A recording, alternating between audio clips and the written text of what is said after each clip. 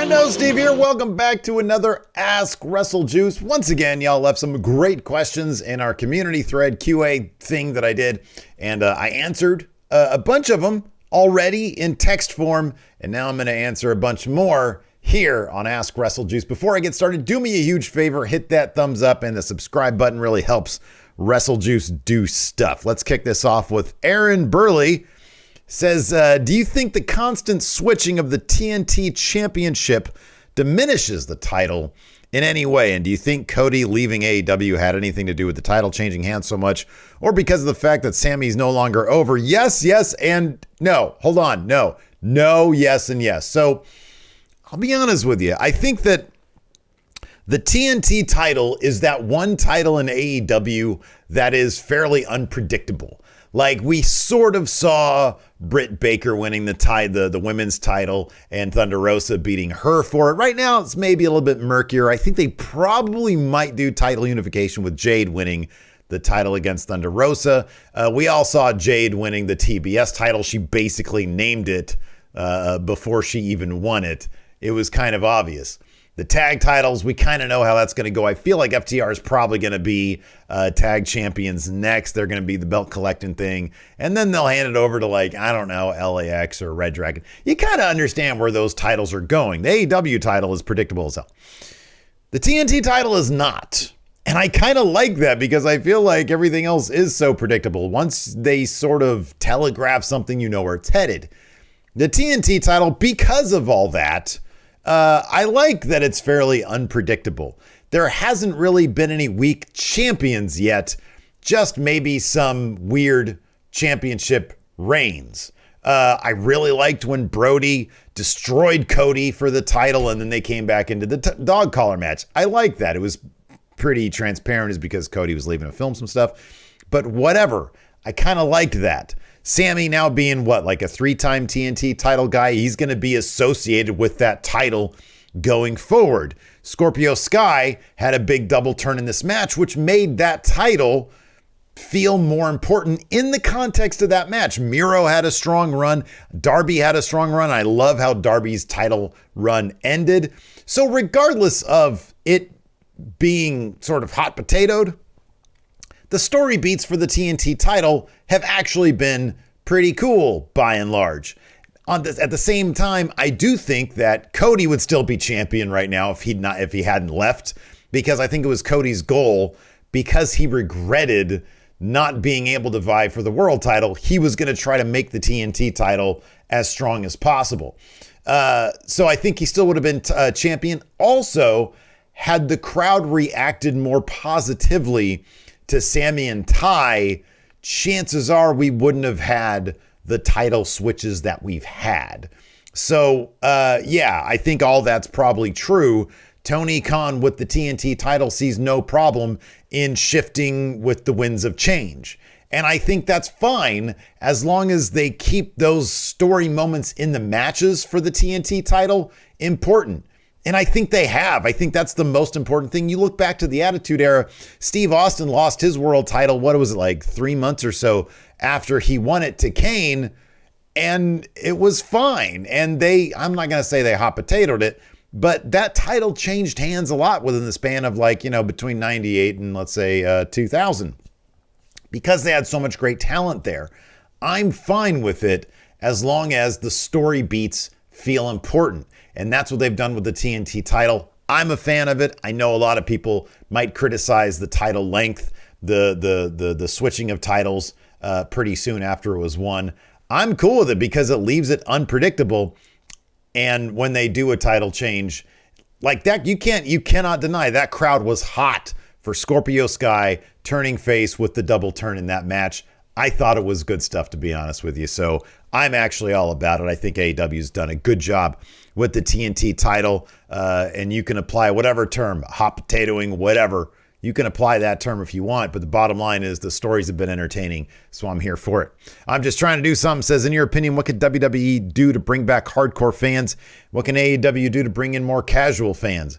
Honestly, it's all in the stories that they're telling. I think AEW, if they want to bring in more casual fans, probably continue to maybe utilize some legends. I thought Bret Hart would have been a good addition to AEW to manage FTR, but he has signed a deal with WWE, or that's the reports anyways. I think if you sort of do that, the CM Punk stuff, I think, hovering around 1 million in total viewership is pretty good. I think had they not signed Cole, Danielson, Punk, their numbers might be closer to what NXT 2.0's numbers are, or maybe a little bit more than that. I don't know. But I think the moves they've made have been pretty good. I think they should continue to do that, continue to build some of the buzziest pay-per-views every single year. I think events like the New Japan crossover show help keep your base audience with you. It doesn't necessarily grow anything, but it helps keep your base audience around. So they'll continue to keep that 900 to 1 million every week on Dynamite. So yeah, I would say just, try some more high-profile signings. Understand this is a long-term game. And you want to sign people that make sense, and keep the audience that you have, and you'll continue to chip away and you'll keep on growing and growing and growing. As far as WWE is concerned, they just need to book really good stories. I mean, that's sort of been always their Achilles heel, is their lack of ability to book really, really good stories. Maybe don't focus only on the top, focus all the way down the card and build people as they go up. But I don't know. I feel like they've done kind of a decent job recently with that kind of stuff. You see some players coming up. So yeah, we'll see. But I mean, honestly, the entertainment landscape is so splintered these days that it's more difficult than ever to do that. But WWE, it'd be interesting to see what they could do if they really focused on some really killer stories. That's all it takes to break into the zeitgeist. Deep Voice Dude asks, do you think AEW will ever schedule programming at the same time as WWE? I don't. I think it'd be stupid if they did, and I don't think they're going to do it, so I'm going to say no. Ever is a long time, but I would kind of think that's not a good idea, and they're not going to do it. That being said, if WWE schedules some programming against AEW, I think AEW will stand their ground. They're not going to move off nights that WWE tries to claim. Antonio asks, as someone who wants to become a wrestler but struggles to find any solid gimmicks to choose from or come up with that is original, what are some that you think can actually make fans engaged with my character? So Antonio wants to be a wrestler. He's training to become a wrestler, I guess. And he's asking if there's any new types of gimmicks that could work in this day and age. I don't know. I've really never thought about, creating characters beyond the silliness for the 2K stuff. But I don't know. Connecting with the crowd, you can do that in all sorts of different ways. Being genuine and articulate and charismatic usually gets the job done, to be honest with you. I'm not sure if you want to focus on a gimmick so much as focus on being able to communicate properly to a crowd, both through promos and what you're doing in the ring. If you start there, then, who kind of cares what gimmick you have? Do something that suits you, that's sort of you turned up to 11, and just sort of feel it out. I would imagine, I've never been a wrestler. I'd imagine there's a lot of trial and error involved in finding a good character. Masked Man says, do you think it's possible with good writing and booking any wrestler / sports entertainer can be the top champ or world champion? So with good writing, he says, even if they aren't good in the ring or on the mic, do you think it's possible? Yeah, Goldberg. Yeah, you have to have something. You got to bring something to the table. You got to have like a jacked look, at least. If you look like a normal dude, you ain't got a promo and you ain't got nothing in the ring. It's hard for good creative to give you something that works.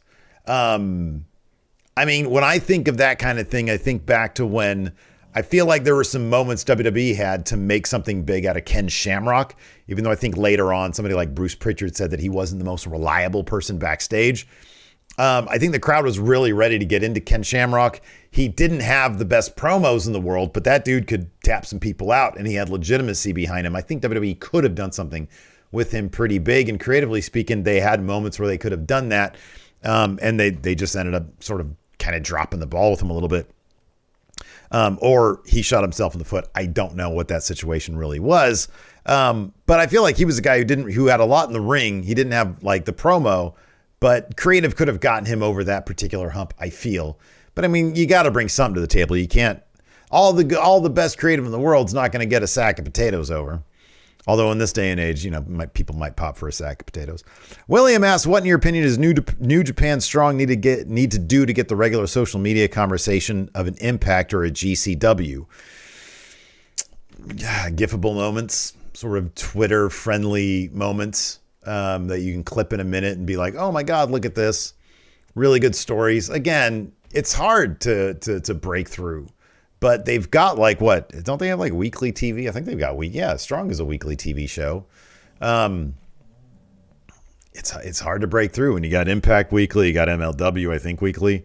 Obviously WWE and AEW, you still have New Japan Prime stuff running. It's just, it all boils down to character and story. That's what it boils down to. You can have the best wrestling in the world, and so does everybody else, because there are a lot of really good wrestlers out there. Character and story, that's what it all boils down to. Let's see here. Dave Meltzer. Evidently, this is Dave Meltzer. It's not actually Dave Meltzer, but it says it's Dave Meltzer.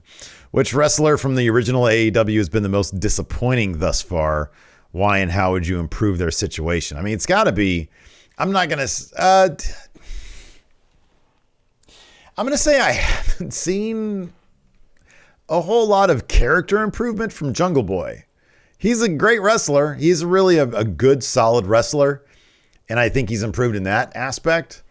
As far as like being a compelling character, I mean, it's been 3 years and he still comes off as the same guy. So what you got to do, you got to have Christian turn on them, or maybe have Jack leave them and go heel. Jungle Jack Perry, whatever JR calls him. Have Jungle Boy ditch the Jungle Boy gimmick, to be honest with you. Ryan Hardy says, assuming AEW introduces a trios title in the future and thus has a tournament to crown the first champions, which two trios should meet in the finals and who wins the titles? Oh, it would probably be in the finals, Cole and Redragon versus Kenny and the Bucks. That should probably be the finals right there. And Kenny's coming back, so if he were to come back and then do that, yeah, it'd be Kenny and the Bucks would have to win. You know, the bottom line is, if you're doing AEW versus NXT 1.0, you're in AEW, you're gonna have AEW win. Ido Pompan says, do you see FTR winning the IWGP Tag Team Championships in the near future, thus becoming the belt collector tag team version? I think it's possible. You would think that New Japan would love to work with FTR. I just don't know what their schedule's like if they're able to do that to the degree that they could win the titles. But you'd think that New Japan would put those titles on them in a second if they could. Lick asks, do you think Eddie Kingston will ever be a world champion in AEW? No, I don't. I think it'd be really cool. I think it's more likely he'll be a TNT champion at some point. Maybe him and X-Lax can get the trios titles once those are introduced. But I don't think he's going to be a world champion. I think there's just too many top line guys, and he's the most over guy in the company who doesn't really need a title. Girls Not Blue says, can you think of a time where a title was hot potatoed between two competitors, where it didn't feel cheap and was great for the talent and prestige? I'll be honest with you, people might not agree with me on this one, but when Sasha and Charlotte were trading the title in that series, going back to 2016 or something like that, I thought that was really good. I thought all the story beats for the titles being swapped, it was like the Raw Women's title, I think, was solidly done. I thought it was well done. The Champ says, how do you think WWE would be if it was sold to some big corporation? Who would be in charge and who books the shows? That is you would think that if it was sold to a big corporation, if NBC Universal bought it, they would probably want to keep Nick Khan in charge because he's done a good job packaging the company. But then again, maybe he would take a big buyout and leave. And you'd got to think that, I don't know. I honestly don't know. That's a $1 million question. I don't know what the dynamic would be. It's kind of too difficult to tell. Let's see here. Tyler Warden says, who would you cast in a new installment of the Marine franchise from any promotion? I would have Sasha. Maybe Sasha. She'd be like a G.I. Jane type thing. And then maybe that's good. That's a good answer. Mercedes Martinez. That'd be good. Jason Jimerson. The year is almost a third over. So far, what matches should be in the running to be nominated for match of the year? For my money right now, it's FTR versus the Briscoes. And in fact, FTR would be my wrestler of the year, which is sort of like wrestling act of the year. It'd be FTR. I think I'd be shocked if they don't win my vote for wrestler of the year. Let's see here. Clever username says, would Going in Raw ever run a local wrestling promotion like Deadlock has done? Man, we don't know anything about pro wrestling in terms of like running a business. I have no idea how to gather talent and be like, all right, you're going to win, and then you're going to win, and then you're going to win. Like, I don't know how to do that stuff. So like, I don't know. If we had somebody that knew how to do that stuff, like, would we go in on like a wrestling promotion and like we actually tried to do that a couple of years ago out here with Virgil Flynn Productions. Virgil is a local promoter, or was a local promoter. Unfortunately, right after that, we started working with him. He passed away. He was really young. It was incredibly sad. He's a legend out here in the indie wrestling scene. But we had plans to work with them as sort of the promotion that our stuff would be happening at. And so, yeah, we would love to do that at some point one day, but you know, I don't know how that can happen. Undrifted Pop says, do you think WWE will give Walter his due and push him and he'll be a world champion? No, I just get a gut feeling that's not going to happen. I'd love to think that's going to happen, but I don't think Gunther's going to be world champion. He might get a mid-card title. I think it's possible. He might pick up, what is he on? Raw? God, he's on Raw? No, he's on SmackDown. He's on SmackDown. He might pick up the Intercontinental Championship. That wouldn't shock me. I think that'd be awesome. I think it'd be really great if that happened. Let's see here. Deadpool Nerd asks, does the sudden hiring of Bret Hart come off as a legend come off as petty from WWE, showing interest suddenly when rumors of him going to AEW? No, it's good business.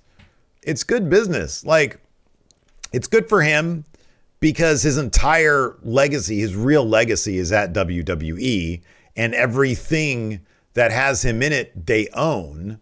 So if they're going to pay a bunch of money to do Legends stuff, monetize his legacy, do, you know, network specials or Peacock specials, whatever, bring him in for like, you know, Legends nights or whatever, have him do a podcast maybe.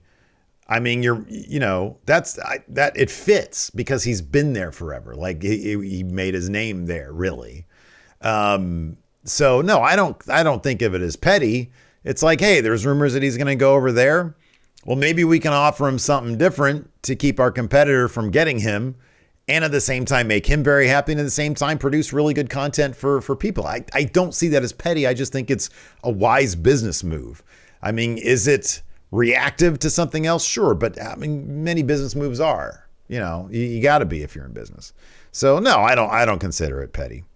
All right. Anyways, that's going to do it. There are a ton of questions here. Maybe I'll answer some more of these in a little bit, actually on the community thread. Thanks everybody for tuning in. I definitely appreciate it.